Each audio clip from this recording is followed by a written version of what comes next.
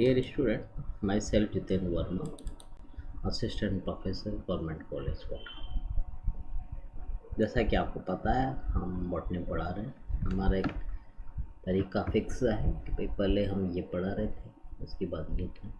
तो मैं सेक्शन जो सेकंड पेपर है आपका उसको हम पढ़ रहे हैं, जो कि अभी सिलेबस की स्लाइड में भी आपके आएगा।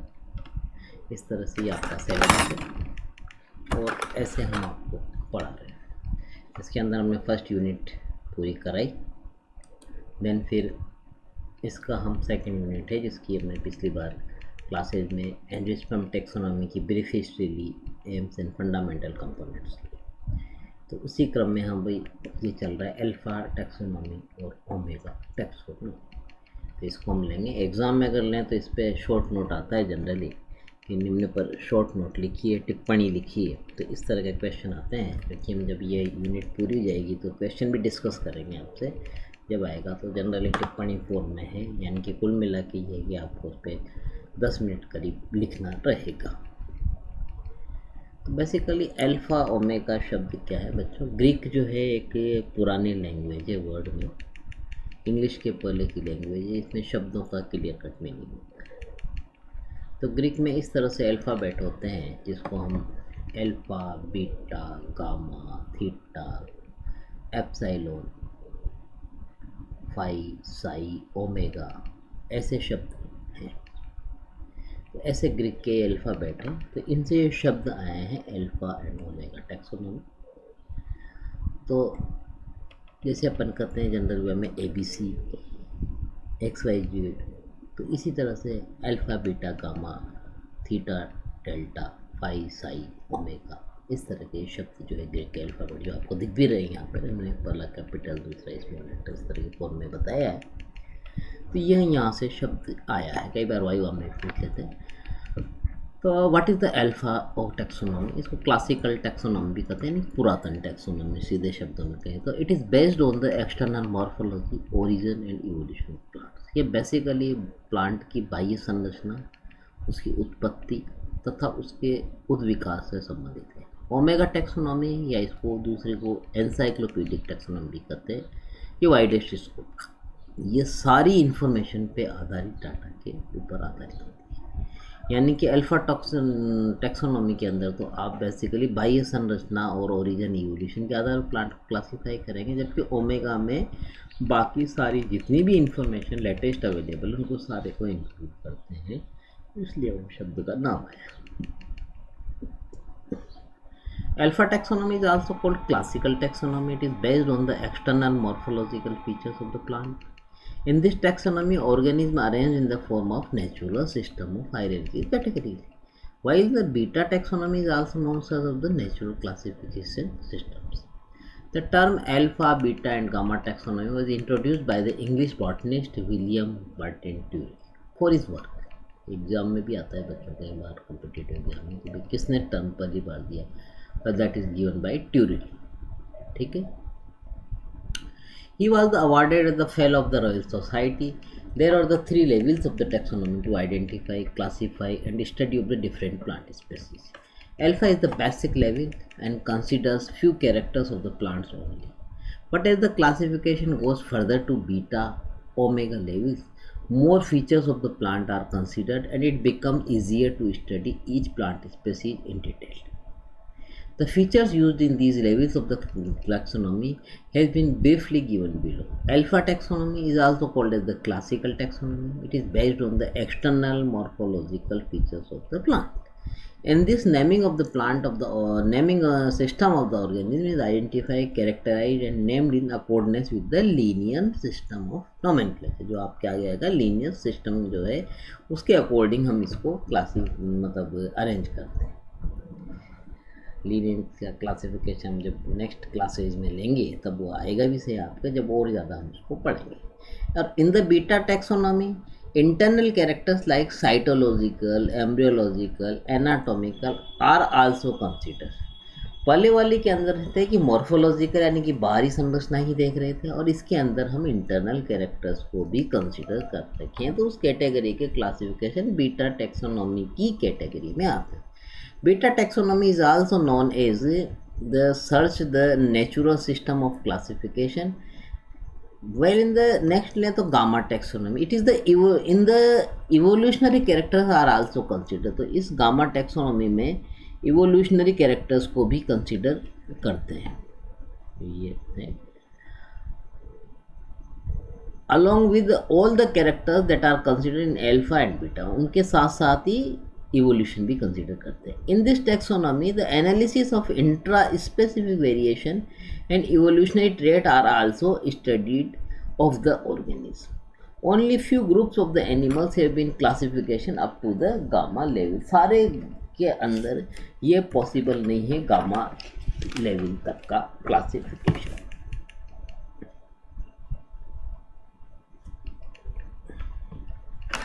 Vegetative and reproductive part of the plant, जैसे प्लांट में ये रूट है, वास्कुलर नोड्स है, इंटरनोड्स हैं, स्टेम है, लीफ है, फ्लावर्स है, ये फ्रूट्स है.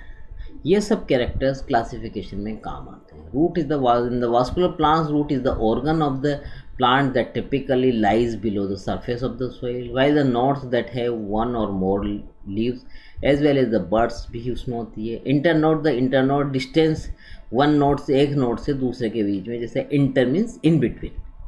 Stem the main body part है इसे. Leaf an organ of the vascular plant that is the principal lateral appendages of the system. Flowers क्या है? Seed bearing part of the plant consist of the reproductive part. Fruit क्या है? Fruit is the seed bearing structure in the flowering plant form from the ovary after the flowering. Flowering के बाद ये बनता है जो है सीड. इसी तरह से ये अब मैं अल्फा टैक्सोनॉमी जो अभी समझाया वही ये स्लाइड है. In this relates to the basic and preliminary classification based almost entirely on the external morphology. ये शब्द वही बताया जैसे हमने शुरू की स्लाइड में ही बताया था कि ट्यूरिल ने 1935 के आसपास दिया था. वाइल द दो phases of the system of the come under this approach according to the another taxonomy such as the delineate love 1958 and Davis Heywood ने ये आगे इसको एक्सप्लेन किया. पादप वर्गीकरण के अध्ययन की ऐतिहासिक या यूनिडायरेक्शन कही जा सकती है. यदि वनस्पति शास्त्र की इस प्राचीन एवं महत्वपूर्ण ऐतिहासिक संदर्भ में देखा जाए तो अनुभव होता है कि 19वीं शताब्दी के उत्तरार्ध तक इस विषय के बारे में अध्ययन शोध केवल एक ही दिशा तक संता था. पादप वर्गीकरण वैज्ञानिकों द्वारा पौधों की पहचान एवं वर्गीकरण में तो केवल महत्वपूर्ण आकारिकी एवं पुष्पीय लक्षणों को ही ध्यान में रखा जाता था, परंतु जैसे जैसे वैज्ञानिक शोध का दायरा बढ़ा तो वर्गीकरण के अन्य क्षेत्र का भी विकास हुआ. उपयुक्त तथ्य में ध्यान में रखते हुए पादप वर्गीकरण के अध्ययन क्षेत्र के दो विस्तृत, वही जो बात हम कर रहे थे वही हमने हिंदी में बता रहे हैं इसको, कि इस तरह से विभाजित कर सकते हैं क्लासिकल एंड मॉडर्न. ये बिल्कुल साफ शब्द है बच्चों. क्लासिकल यानी कि परंपरागत, जो कि पुराने सिस्टम में चलता रहा है.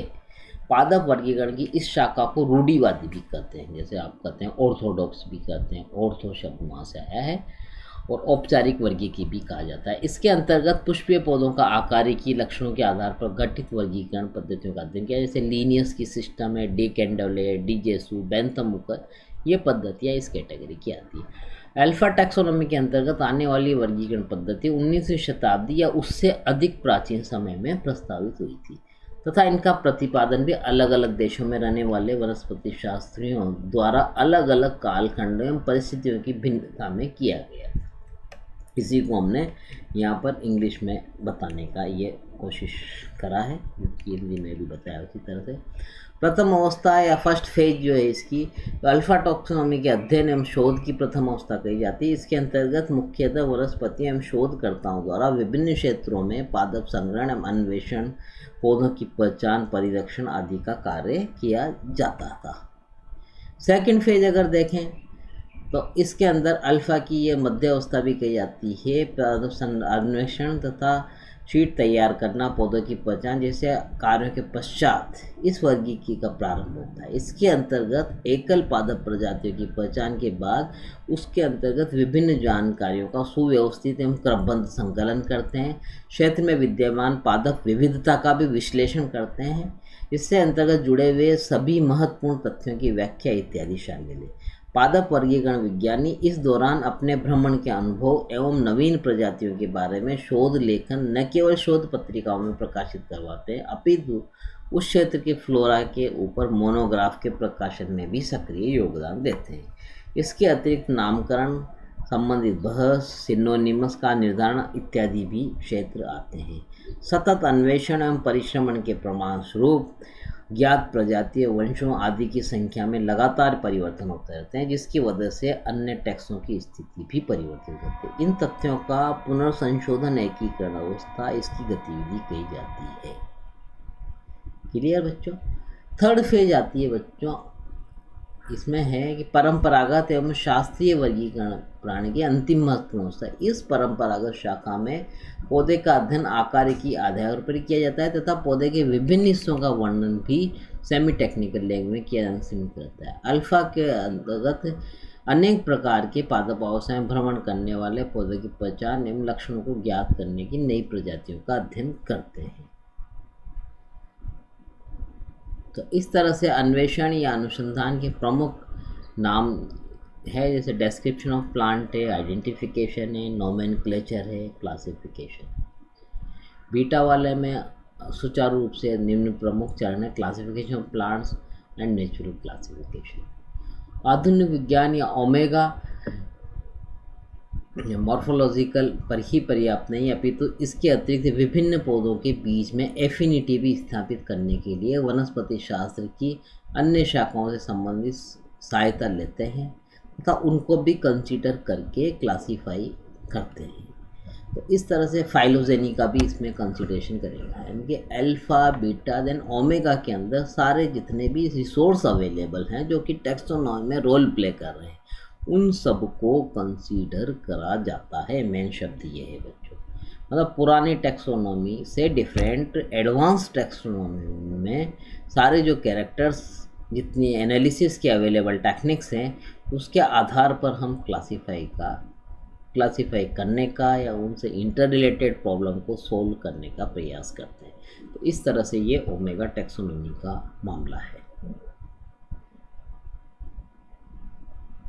ऐसे आजकल जैसे एपीजी सिस्टम है उसको हम फॉलो करते हैं। तो APG system of flowering plant classification the modern mostly molecular based system of plant taxonomy of flowering plants.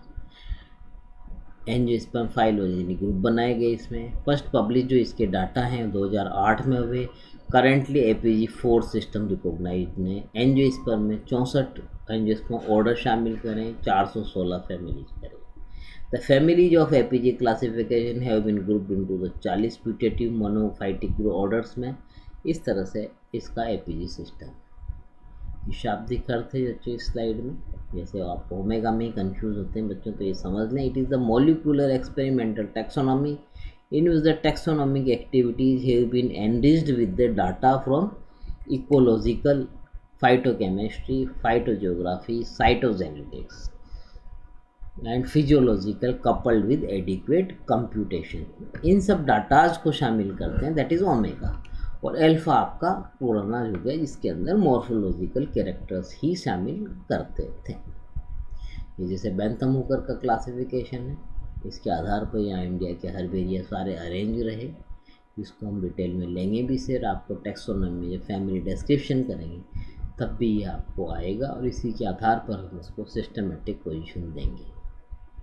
ये एंगुलर पेंटल का है क्लासिफिकेशन, इस तरह से ये इन्होंने दिया, ये क्लासीफाई करे, फिर ये आगे इसमें दिए ऐसे अलग अलग ऑर्डर्स फैमिली जिसमें इस ग्रुप को डिवाइड करा गया। तो ये समरी फॉर्म में है। इस स्लाइड जब भी लेंगे हम, जब हम उसका एंगुलर पेंटल का क्लासिफिकेशन लेंगे, जैसे 13 डिवीज़न दिया, पहले 11 डिवीज़न इस तरह से रखे थे एलोफाइटा के, 12th वाले में ये शामिल किए, 13th डिवीज़न में ये करें, देन इसको 2 सब डिवीज़न में बांटा, ये वाली स्थिति इसकी है।